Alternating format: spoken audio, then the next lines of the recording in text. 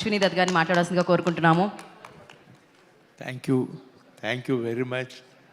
వేమూరి మీకు, సాయిబాబుకి ఈ యూనిట్ మాకు చాలా కొత్తగా అనిపించింది. ఇలాంటి మనం ఎందుకు తీయట్లేదని చాలా ఫీల్ అవుతున్నాను నేను. తప్పకుండా ఈ విజయం పరంపర మీరు ఇలాగే కొనసాగిస్తారని ఆశిస్తున్నాను.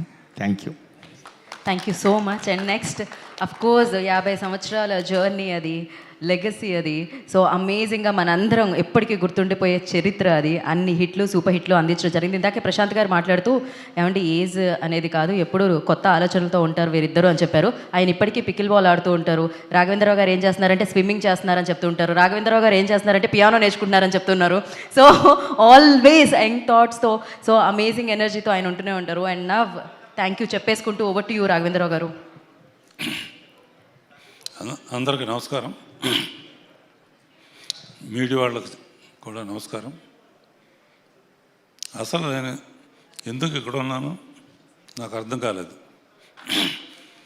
సాయిబాబా పిలిచాడు, హేమంత్ పిలిచాడు, ఈటీవీ వాళ్ళు పిలిచారు. నన్ను ఎందుకు పిలుస్తున్నారో నాకు అర్థం కాలేదు. తర్వాత మాట్లాడడానికి ఏదో ఒకటి ఉండాలి కదా అని ఆలోచిస్తే, నేను అశ్విని దత్తు, సాయిబాబా కలిసి ఫస్ట్ ప్రిన్స్ మహేష్ బాబుని ఇంట్రడ్యూస్ చేశాం. దానికి సాయిబాబానే ఎగ్జిక్యూటివ్ ప్రొడ్యూసర్గా ఉన్నారు.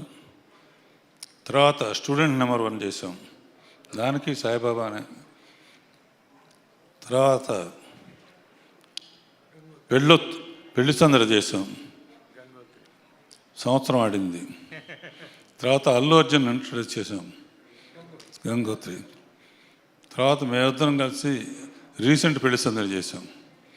సో ఎంత కనెక్షన్స్, ఇన్ని సక్సెస్ఫుల్ సినిమాలు తీసి ఇప్పుడు నేను చెప్పిన పేర్లన్నీ పెద్ద హిట్లు. ఆ హిట్లలో భాగం సాయిబాబాకు కూడా ఉంది అండ్ ఈటీవీకి ఉంది. సో ఇన్ని సక్సెస్ఫుల్ సినిమాల ఎక్స్పీరియన్స్ అంతా కలబోసి కానిస్టేబుల్ కనకం అని చెప్పేసి ఒక లేడీ ఓరియంటెడ్ ఫిలిం చేయటం. అందులో వర్షాబుల్లం అంటే అమ్మాయి పిక్చర్లు చూశాను, చాలా మంచి ఆర్టిస్టు. దీనికి రెండో లింక్ ఏంటంటే, ఈటీవీ అనేది రామోజీరావు తర్వాత బాపిరెడ్డి గారు వీళ్ళందరూ సహకారంతో ఫస్ట్